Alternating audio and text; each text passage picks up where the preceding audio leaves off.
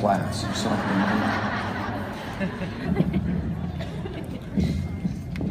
You guys ready to have some fun? Oh, goodness gracious. You know, do I need a clicker, or do they click my slides? They'll do it? Let's put the first slide up, just so I know where I'm at.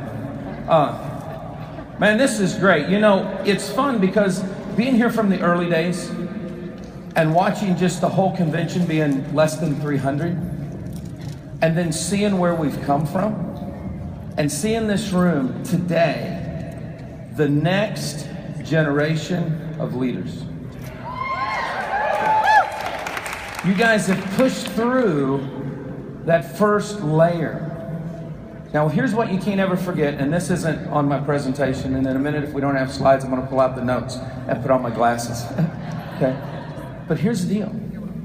The backbone of plexus is silver.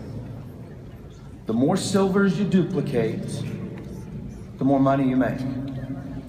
If you would focus on reclaiming the silver position every month personally, 3 new people, train them, motivate them, get 3 new people, get 3 new people, get 3 new people, get 3 new people.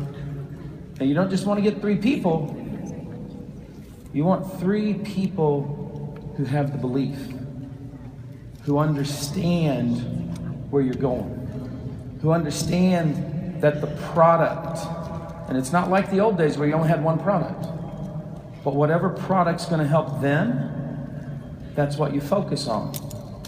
That's what's going to be needed. See, so much about what we do here gets wrapped up in just the Slim, because that's the flagship product.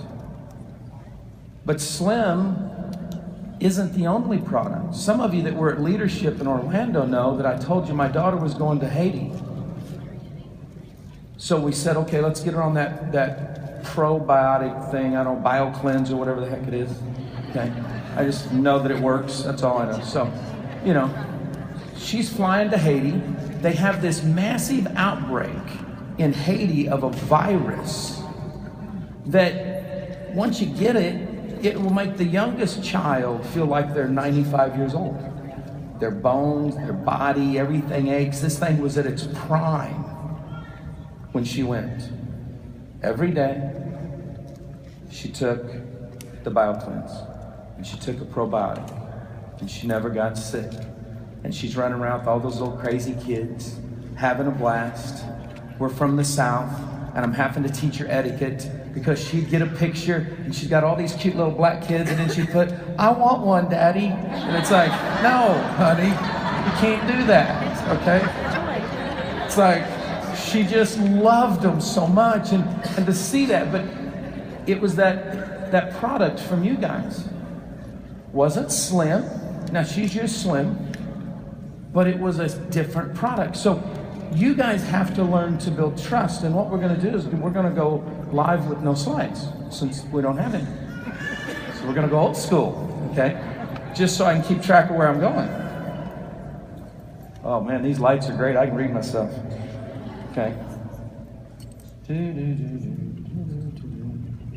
Maybe I can read it. There we go.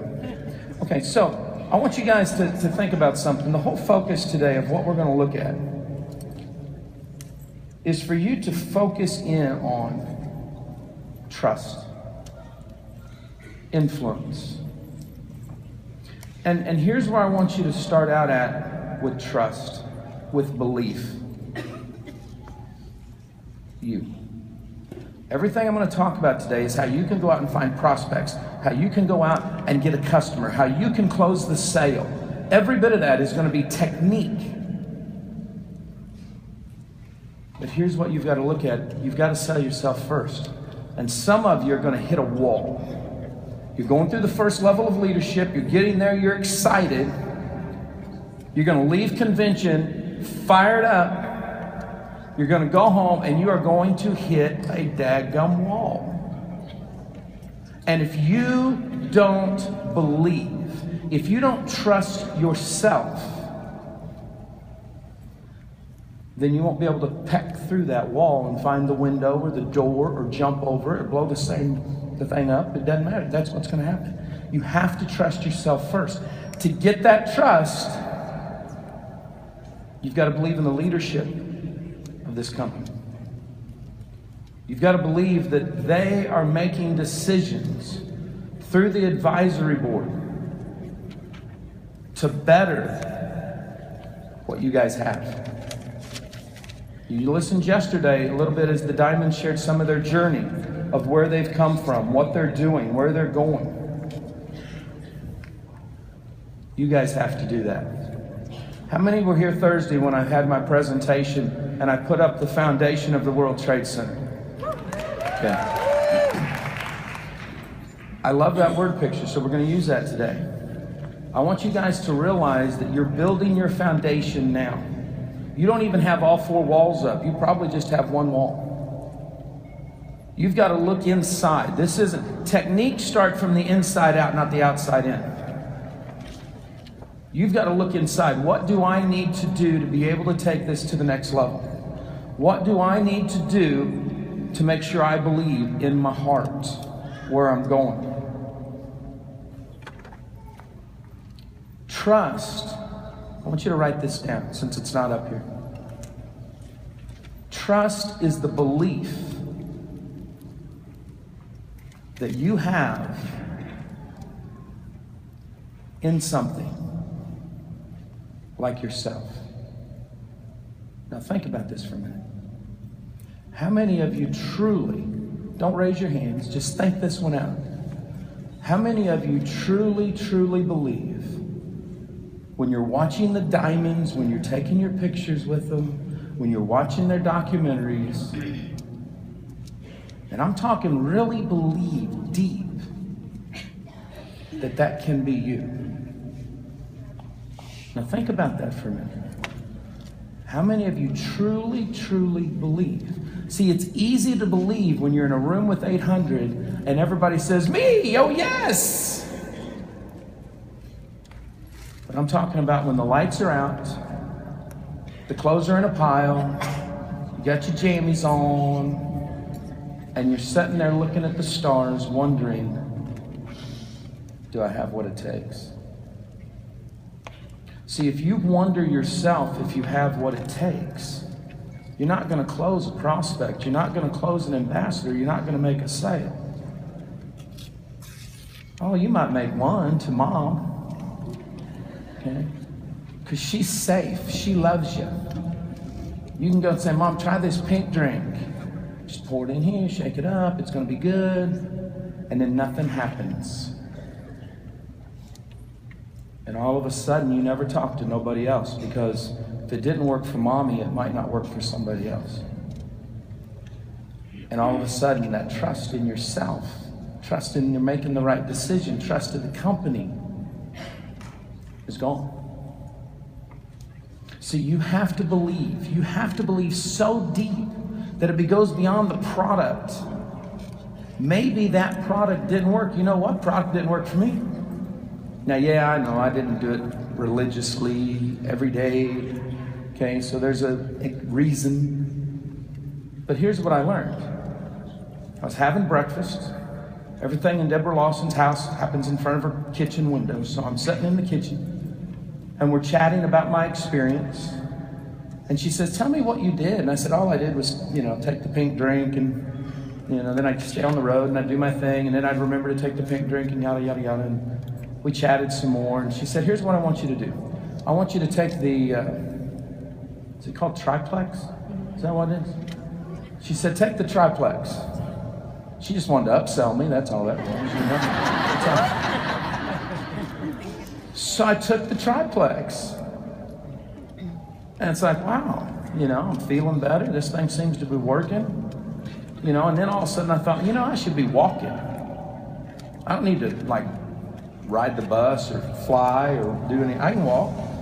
And started walking a little extra, I've only rode one shuttle, and that was to the office because I couldn't get it on the GPS to walk it, okay? I've just been walking because that is a lifestyle change. I had to realize, you know what? I know they preach all the time, man, just take a pink drink, don't change the way you eat. They haven't seen how I eat, okay? So that wasn't gonna work. And it's like as soon as I changed some things, as soon as I started to realize this is a lifestyle, I can do this. I can get back to that weight that I had in the Marine Corps. I don't know if that's keg is going to become a six-pack again, but you know, I can lose the weight a little bit. I can try to get there. See, trust in ourself first. If you don't build the trust, and here's how you build the trust. It's the way you talk to yourself. If you get in front of the mirror, I know, coming out of the bathroom, and there you are, and you've had 2 kids. I started to say 6, but let's just go with 2 kids, okay? And you're looking, and you're thinking, wow, how can anybody look at me? That's going to put you in a state of mind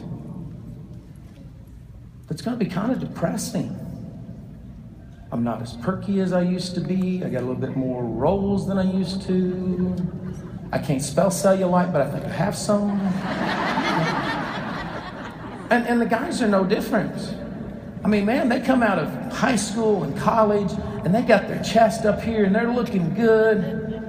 And mama lies to them all the time about how good they look, you know. And then they get out of the bathroom, and they look in the mirror, they got to and wipe it off. And all of a sudden, they realize, man, I don't have nothing. It fell. Okay?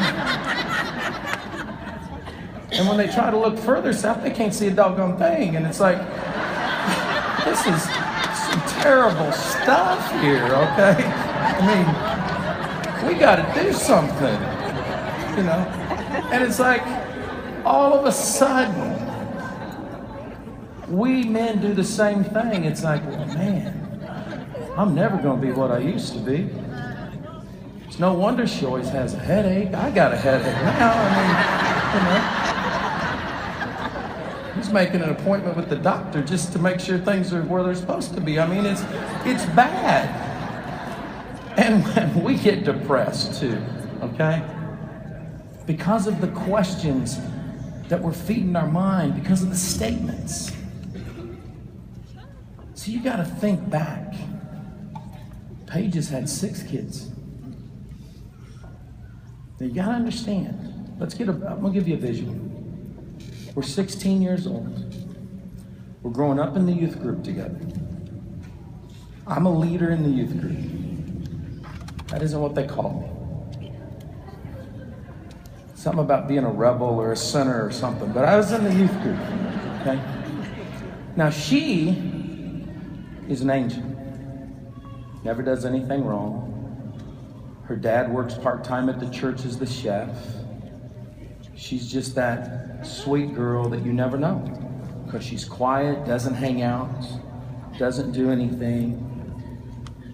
And then one day, because I ran the sound, she and the sound, you got pictures. Now we're in this auditorium, and the sound booth is upstairs. But a bunch of those volunteers built it, so there wasn't no like steps. You had to climb up a ladder type stuff to get there. They caught us up there once, locked the ladder after that, put a whole thing so we couldn't climb it. Okay? Bad deal. Okay. But here's what happened. 16 years old, a size 1, and she went up the ladder first.